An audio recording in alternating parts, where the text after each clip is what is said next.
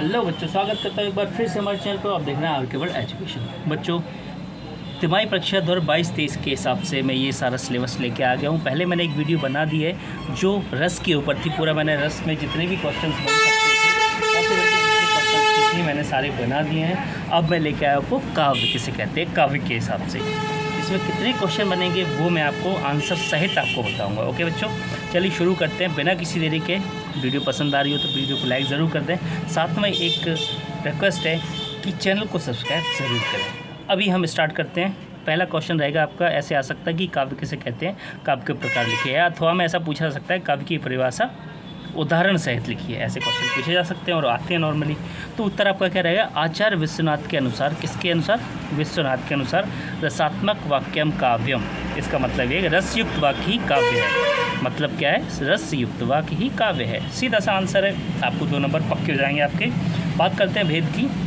तो बच्चों ये 2 प्रकार के होते हैं, प्रबंध काव्य और मुक्तक काव्य। कौन कौन से बच्चों? प्रबंध काव्य और मुक्तक काव्य। ओके बच्चों, ये आपका हो गया 2 नंबर का। 2 नंबर में ऐसा पूछा जाता है। चलिए बच्चों आगे देख लेते हैं। अगला क्वेश्चन कैसे पूछे जा सकते हैं। एग्जामिनर अगला क्वेश्चन कैसे पूछ सकता है कि प्रबंध काव्य व मुक्तक काव्य में अंतर स्पष्ट कीजिए। कोई 2, 3, 4 जितना भी, ज़्यादातर पूछा गया है 3, सिर्फ 3 अंक का। ओके बच्चों, ये आपके 2 अंक, ये आपकी पिछले बार जो क्वेश्चन था वो तो 2 अंक कंप्लीट हो चुके हैं। प्रबंध काव्य और मुक्तक काव्य दोनों तरफ लिख लेंगे और उसके बाद उनको एक्सप्लेन कर देंगे। प्रबंध काव्य में रचना एक कथा सूत्र में बंधी रहती है। क्या रचना एक कथा सूत्र में बंधी रहती है, मतलब एक चेन जो है ना, चेन सिस्टम जैसा होता है, बंधी रहती है। लेकिन मुक्तक काव्य में छंद पूर्ण, मतलब प्रत्येक छंद जो होता है पूर्व छंद से स्वतंत्र होता है। जब ये छंद, जैसे ये छंद मान के चलो लिख दिया है, उसका नेक्स्ट जो छंद होगा ना वो अलग ही होगा। ऐसा नहीं कि इससे जुड़ा होगा। जैसे हमने क्या देखा होगा, चौपाई देखी होगी, जैसे मंगल भवनिय मंगलहारी पर द्रबाहो सुदशरथ अजर बिहारी। लग रहा है सेम है ना, हरी आरी ये सब आ रहे हैं, लेकिन क्या है मुक्तक काव्य में ऐसा नहीं होता। नेक्स्ट देख लेते हैं क्या है, इसका कथानक विस्तृत होता है। ये बहुत लंबा चौड़ा हो सकता है। जैसे मैं रामचरितमानस की बात करूँ, रामायण की, वो हो सकता है। इसका क्या हो सकता है, इनका कथानक संक्षिप्त होता है, मतलब पद हो गए, दोहे हो गए, छोटी चीज़। ठीक है। तीसरा, इनमें पात्र छंद व रस की संख्या अधिक होती है। छंद बहुत होते हैं, रस भी होते हैं, सारे के सारे अलंकार भी यूज़ कर दिए जाते हैं कि बड़ा होता है इसलिए, पर इनमें पात्र छंद व रस की संख्या कम होती है। अब 4 लाइन में क्या क्या लिखा जाएगा वो भी आप समझ सकते हैं। ठीक है बच्चों, चलिए और थोड़ा सा देख लेते हैं इस पर। देखिए उदाहरण के तौर पे रामचरितमानस, जैसे मैंने अभी बताया, रामचरितमानस किसने लिखी है ये भी आपको पता होना चाहिए। ये लिखी है तुलसीदास जी ने। ओके बच्चों, चलिए कामायनी किसने लिखी है? ये लिखी है जयशंकर प्रसाद जी ने। अगर मैं गलत हूँ तो आप मुझे भी सही करें, हो सकता है मैं गलत हो सकता हूँ, पर आप एक बार क्लियर कर लेना कामायनी जयशंकर प्रसाद जी की है या नहीं। नेक्स्ट है मीरा के पद। उदाहरण किसका? अपने मुक्तक काव्य का।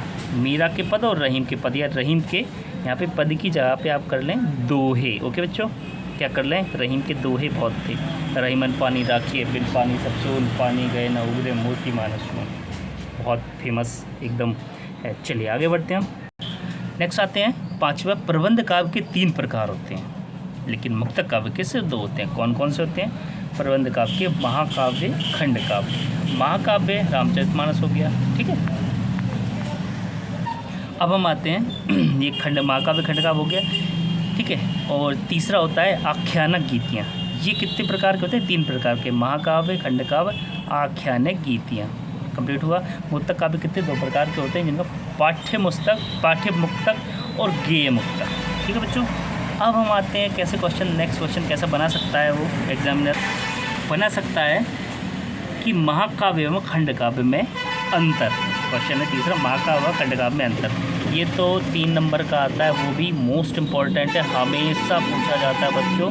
मोस्ट IMP, और रट लेना इसको, बोल के पी जाना कहते हैं, वही कर लेना, कैसे भी पर याद कर लेना इसको। ओके बच्चों, बता देता हूँ आपको। महाकाव्य का कथानक विस्तृत होता है, जैसे प्रबंध काव्य का विस्तृत होता था। ठीक है, क्योंकि प्रबंध काव्य ही सेम कह सकते हैं महाकाव्य। ओके, पर अलग अलग है थोड़ा, बट बोल सकते हो आपकी है, क्योंकि महाकाव्य का भी आपको क्या है, उदाहरण रामचरितमानस मिलेगा, और अपने प्रबंध काव्य का भी आपको क्या मिलेगा, रामचरितमानस। ओके बच्चों, अब खंड काव्य की बात करते हैं। खंड काव्य का कथानक संक्षिप्त होता है, ये बोल सकते हैं मुक्तक काव्य।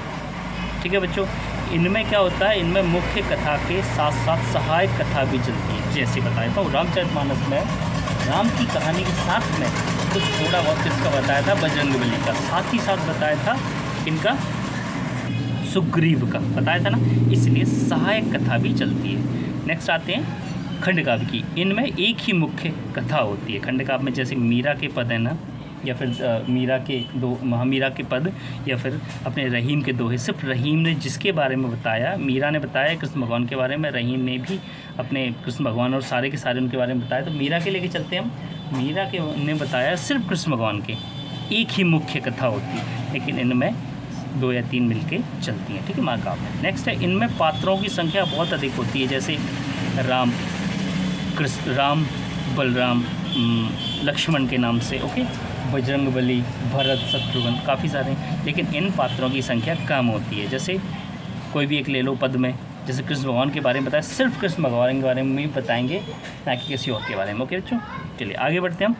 उम्मीद करता हूँ अच्छे से समझ में आ रहा होगा आपको। अच्छा आ रहा है, वीडियो पसंद आ रही तो वीडियो को लाइक ज़रूर कर देना। साथ में एक रिक्वेस्ट है, जो मैंने आपको बता चुका हूँ कि एक छोटा सा है लाल कलर का बटन, उसको आपको दबाना है, पैसे नहीं लगते, बहुत छोटी चीज़ है, चैनल को सब्सक्राइब करना। चलिए जो आगे बढ़ते हैं। इनमें 8 या अधिक सर्ग होते हैं, सर्ग, और पर इसमें क्या होता है, इसमें कम सर्ग होते हैं, जितने कम हो सके। उदाहरण के तौर पे देख लेते हैं क्या होता है। रामचरितमानस, कामायनी, जय शंकर प्रसाद, मैंने कुछ देर पहले प्रबंध काव्य में आपको बताया था कि जय शंकर प्रसाद ने लिखी है कामायनी, ओके बच्चों। ये भी आपको ज़रूरी है याद करना, क्योंकि पूछ लिया जाता है कि जय शंकर प्रसाद द्वारा रचित, और नीचे ऑप्शंस दे दिए जाते हैं, कामायनी, रामचरितमानस, पंचवटी, सुदामाचरित, ऐसी चीज़ें दे दी जाती हैं, तो आपको ये भी याद रखना है। इसका 5वां उदाहरण किया था पंचवटी, ये लिखी है आपने मैथिली शरण गुप्त जी ने, और सुदामा चरित्र लिखा गया नरोत्तम दास जी ने, ओके बच्चों। चलिए आगे बढ़ते हैं हम, और क्वेश्चन देख लेते हैं कैसे बन सकते हैं। चलिए क्वेश्चन चौथा बन सकता है, पाठ्य मुक्तक और गेय मुक्तक में अंतर। ये ऐसा क्वेश्चन बन सकता है ना। तो चलिए इनका आंसर देख लेते हैं। पाठ्य मुक्तक अलग दिख रही, गेय मुक्तक अलग दिए।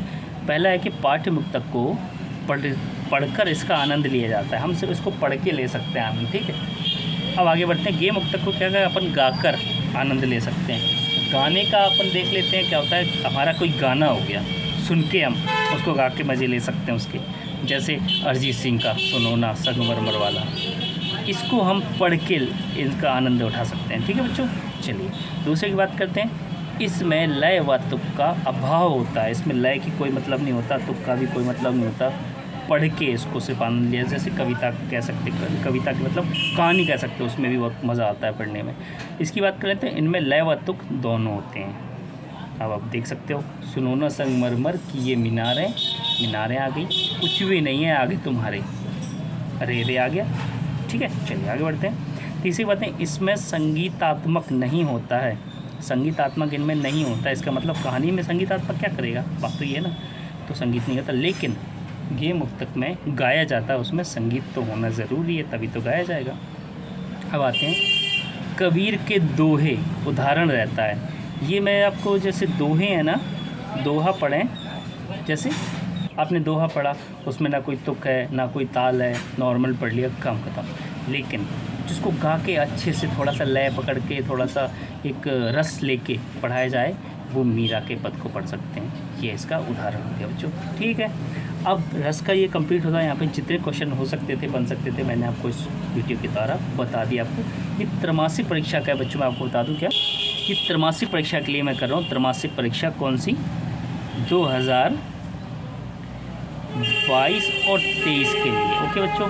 हिंदी का है ये, कक्षा 10 का, ठीक है बच्चों, हिंदी कक्षा 10। आपको वीडियो पसंद आई हो, प्लीज़ वीडियो को लाइक करें, साथ में चैनल को सब्सक्राइब ज़रूर कर दें, ये मेरी रिक्वेस्ट है। चलिए मिलता हूँ अगली वीडियो में अगले क्वेश्चनों के साथ, जो आपको सिलेबस में दिया है सरकार ने। सिलेबस में जो भी आपको दिया है ना, किसने, गवर्नमेंट में, एमपी गवर्नमेंट ने, वही मैं आपको त्रैमासिक में बताऊँगा।